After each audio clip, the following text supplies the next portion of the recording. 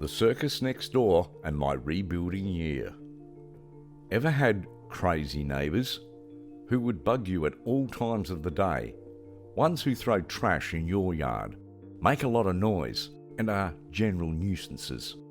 Well, buckle up, because we're going to tell you about bad neighbours to rival all others.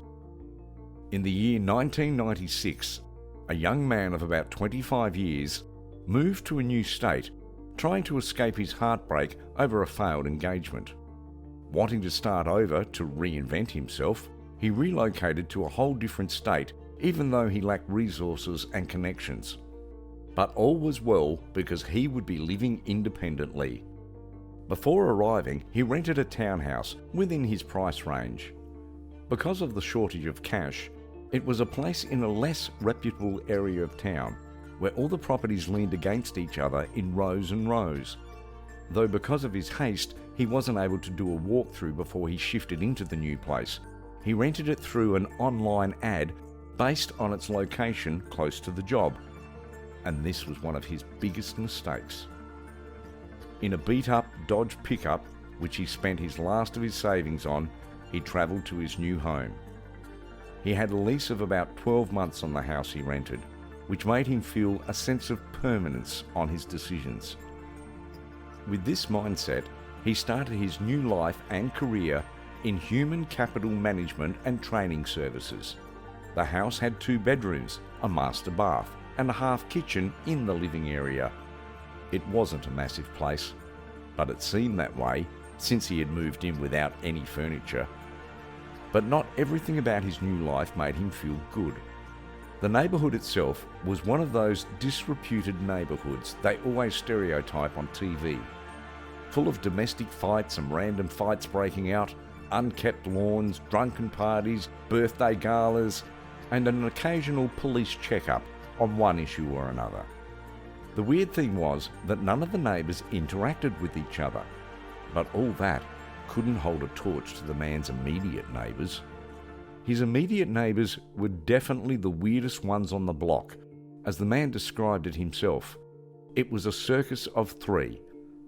The circus of 3 consisted of a short-heighted woman with wild pink hair which defied all logic, and a pierced shrieking voice that grated on everyone's nerves.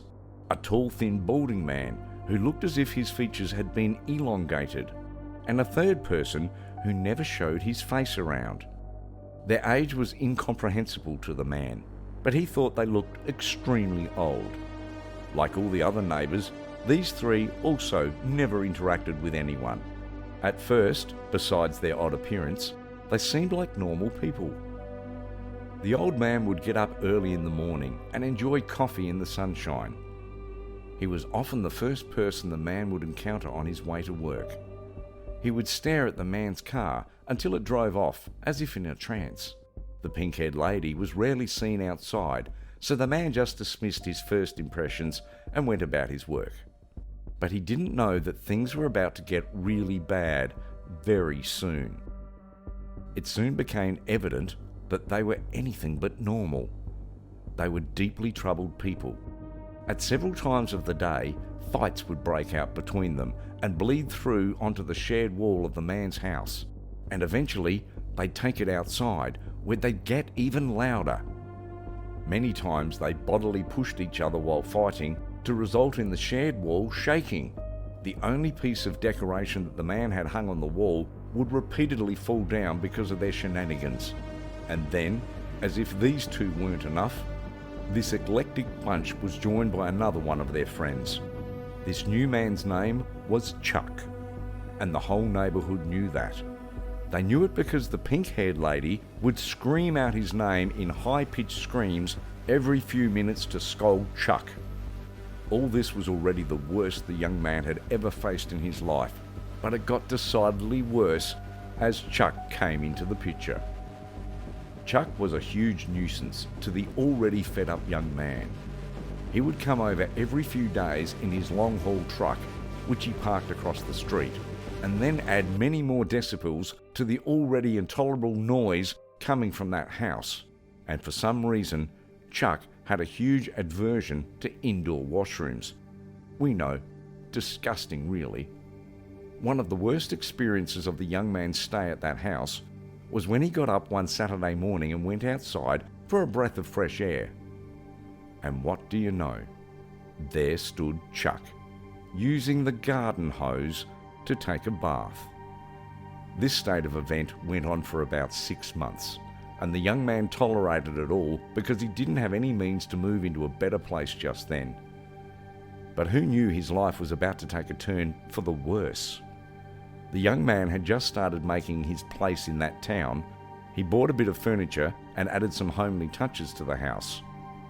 After 6 months, it had finally started to feel like his home.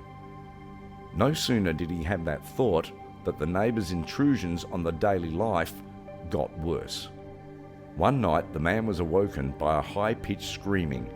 He stayed in bed, not willing to check out the commotion, for he was sure it was probably his crazy neighbours making a racket again. He was just about to drift to sleep when something smashed his window. He rushed in a hurry and was at a loss to what had just occurred. The front window had been smashed by a pizza. Yep, a pizza. It was only until later that the man found out what had happened. Apparently, a pizza delivery guy had accidentally knocked on the neighbour's door only to find that it was the wrong address. But the pink-haired lady would not let the delivery guy leave. She started arguing with him to make him hand over the pizza to her. The delivery guy clearly said no, and that's when, in a fit of rage, the lady snatched the pizza and threw it at the man's window and assaulted the delivery guy. It was a huge debacle that ended in police involvement. She was arrested for property damage and assault. But the actual creepy stuff started happening after her arrest. It was now nearing the winter season when the whole block gets scheduled for maintenance. The maintenance team worked to replace the insulation and update the HVAC system, along with attic spaces in the whole block. The man, who had just recently gotten his life together and had started dating a very nice girl, tended to stay away from his home in that dysfunctional environment. The maintenance workers would come in the day and leave by the time he was home. One night the man came home and there was a weird feeling in the air, as if there was something not right. He was already on alert as the police had come a few days earlier asking him whether or not he had anything missing from his place, because there had been several burglaries around the block. The man checked all of his house, but nothing valuable seemed to have been stolen. He breathed a sigh of relief and opened his refrigerator to grab a can of beer to unwind after a long day at work. But as soon as he opened the fridge door, he froze. Where there had been a whole 6-pack and a full loaf of bread, was now a half-eaten loaf of bread and a missing 6-pack. The man disregarded it and rationalised it as the labourers eating something during long work hours. But there was this musty smell that came from his office, and it wasn't coming from the attic, but rather from his office, opposite the neighbour's wall. It was clearly the sort of smell that came from a sweaty person. But again, the man rationalised it with the excuse of labourers.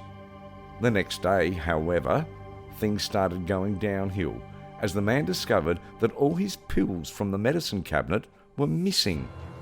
The man took a day off from work and called the police, but the police didn't take it very seriously because this was the least pressing burglary out of the 7 that had happened already in the block.